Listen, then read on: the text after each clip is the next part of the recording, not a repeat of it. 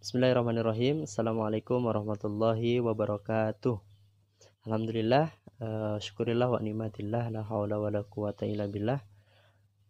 Alhamdulillah, hari ini Pak Tito kembali bisa menyapa antum, dan tentunya dalam keadaan yang sehat walafiat.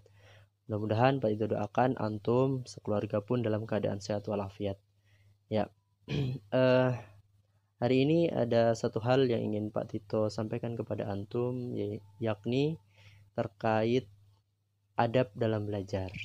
Ya, kita ketahui bahwa hari ini ya antum Pak Tito terpisah dalam satu tempat ya Pak Tito di rumah, kemudian antum pun di rumahnya antum, dikarenakan memang kondisi kita yang belum kondusif. Nah, olehnya itu Pak Tito ingin menyampaikan pesan kepada antum ya. Yang pertama adalah terkait para penuntut ilmu gitu. Para penuntut ilmu itu disampaikan oleh Rasulullah SAW melalui hadis yang diriwayatkan oleh Imam Muslim. Beliau mengatakan bahwa siapa kemudian yang menempuh jarak untuk kemudian menuntut ilmu, maka sungguh Allah akan mudahkan jalan dia menuju surga Allah Subhanahu wa taala. Nah, ini menunjukkan anakku sekalian, hadis ini ingin menyampaikan kepada kita bahwa yang dimaksud menempuh itu bukan hanya sekedar jarak gitu ya, bukan antum datang ke sekolah, bukan, tetapi kesungguhan kita gitu, dalam menuntut ilmu itu. Nah, dari kesungguhan itulah tercermin sebuah adab gitu ya, yang baik tentunya ketika antum mengikuti proses pembelajaran ya. Ketika antum belajar di rumah, maka beradablah selayaknya seseorang yang kemudian sedang belajar di sekolah. Ada satu kisah ya, tentang murid daripada Imam Malik, ketika beliau ditanya, apa yang kemudian engkau pelajari ya lebih lama dengan Imam Malik ketimbang dengan guru yang lain? Maka kata beliau, sungguh saya itu belajar kepada Imam Malik ya lebih banyak atau lebih lama belajar adab ketimbang belajar ilmu. Kata beliau, saya belajar adab dengan Imam Malik itu selama 20 tahun, dan saya menuntut ilmu beliau itu hanya 2 tahun. Coba perbandingannya itu 10 kali lipat ya. Belajar adabnya 20 tahun, kemudian belajar ilmunya hanya 2 tahun. Kemudian ditanya lagi, kenapa demikian wahai imam? Maka kata murid Imam Malik itu yang menyampaikan bahwa sesungguhnya ilmu itu mudah saja dicari dimanapun, tetapi adab itu sangat susah untuk kita peroleh gitu ya, terutama adab yang kemudian dimiliki oleh Imam Malik rahimahullah. Anak-anakku sekalian yang Pak Tito banggakan, para ulama menuturkan bahwa adab gitu ya yang baik ketika kita itu menuntut ilmu adalah yang pertama tentu meluruskan niat ya, meluruskan niat. Jangan sampai niat kita itu bukan niat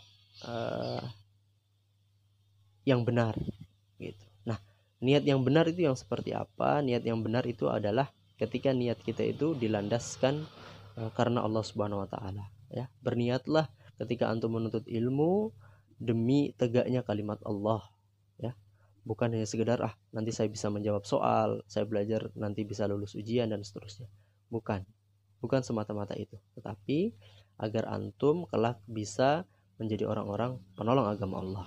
Nah, itulah niat yang baik dan benar. Kemudian yang kedua, ketika antum menuntut ilmu, sebaiknya atau selayaknya itu antum dalam keadaan suci, atau dalam hal ini antum berwudu dulu sebelum belajar ya. Setelah antum berwudu, antum duduk dengan tertib, ya, kemudian mendengarkan apa yang kemudian disampaikan oleh gurunya antum. Pernah satu ketika Imam Asy-Syafi'i rahimahullah, ketika beliau sedang belajar ya dengan Imam Malik. Imam Malik adalah guru beliau gitu ya. Nah, ketika Imam Malik sedang menyampaikan hadis, Imam Asy-Syafi'i itu menulis gitu. Menulis menggunakan yang terkenal ya, menggunakan ludah, kemudian ditulis di tangannya. Loh, kenapa kok pakai ludah? Dulu belum ada kertas dan jenisnya belum ada ya, makanya dia pakai ludah, kemudian ditulis di tangan, kemudian dihafal. Nah, itu yang dilakukan oleh Imam Asy-Syafi'i. Artinya apa, anak-anakku sekalian?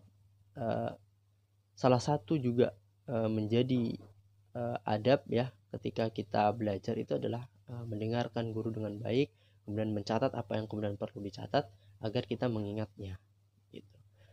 Nah, kemudian setelah Imam Malik selesai menjelaskan tentang hadis, Imam Asy-Syafi'i dipanggil oleh Imam Malik. Wahai Syafi'i, panggil. Ketika dipanggil, apa yang kau lakukan? Wahai Imam Malik, saya sedang mencatat apa yang kemudian tadi engkau utarakan. Coba lihat mana catatannya. Karena ludah di tangan ya, maka dilihat, wah, gak ada tulisannya. Karena dikira main-main, maka Imam Malik coba sebutkan apa yang tadi sudah saya sampaikan. Maka disebutkanlah dari awal sampai akhir ya, tidak ada satu kata pun yang kemudian terlewatkan apa yang disampaikan oleh Imam Syafi'i. Luar biasa ya. Ingatan Imam Syafi'i itu sangat kuat, sangat tinggi gitu ya. Bahkan dia menulis pakai ludah, kemudian dihafal, menulis pakai ludah, kemudian dihafal. Nah, ketika Imam Syafi'i sudah menjadi orang yang terkenal ya, menjadi seorang ulama tentunya, Imam Syafi'i pun pernah mengeluh tentang hafalan dia gitu yang mulai berkurang. Nah, ini juga yang termasuk adab kita ketika sebelum belajar. Imam Syafi'i bilang kepada gurunya ya, waktu itu gurunya adalah Waqi', wahai guru, kenapa tiba-tiba hafalan saya, ingatan saya itu berkurang? Lalu apa kata gurunya? Kata gurunya, tolong wahai Syafi'i, jauhilah maksiat. Jauhilah maksiat. Ternyata anak-anakku sekalian, menjauhi perbuatan dosa itu adalah bagian dari adab kita untuk belajar. Jadi sebelum belajar ya jangan antum melakukan perbuatan dosa. Antum mungkin disuruh umi, nggak mau dan seterusnya. Nah, itu juga adalah perbuatan dosa, perbuatan maksiat. Maka jangan melakukan itu. Jangan buat uminya antum marah, jangan buat abinya antum marah, jangan ganggu adik-adiknya antum gitu ya. Sayangilah dia gitu. Nah, itu adalah bagian dari adab. Jangan berbuat maksiat atau jangan berbuat dosa. Supaya hafalan antum, ingatan antum itu kuat. Sebagaimana pesan guru Imam Syafi'i bahwa wahai Syafi'i, janganlah engkau mendekati maksiat atau berbuat maksiat agar ingatanmu kembali pulih. Nah, itulah anak-anakku sekalian beberapa hal tentang adab menuntut ilmu atau adab belajar ya. Yang pertama, niatkan karena Allah ya, agar antum bisa menjadi penolong agama Allah. Kemudian yang kedua, mendengarkan bersuci ya. Jadi sebelum belajar tawadhu dulu gitu kan. Kemudian yang ketiga adalah ketika antum belajar dengarkan dengan baik, kemudian kalau ada yang perlu dicatat supaya itu menjadi pengingat antum ya. Kemudian yang keempat atau yang terakhir itu adalah jauhi perbuatan-perbuatan maksiat ya, apalagi sampai durhaka kepada orang tua. Nah, itu perbuatan yang dosa yang besar itu ya, maka itu dihindari. Nah, itulah anak-anak sekalian yang bisa Pak Tito sampaikan, mudah-mudahan bermanfaat untuk antum semua. Salam rindunya Pak Tito kepada antum semua kelas 6, dan juga titip salam untuk abi dan uminya antum di rumah.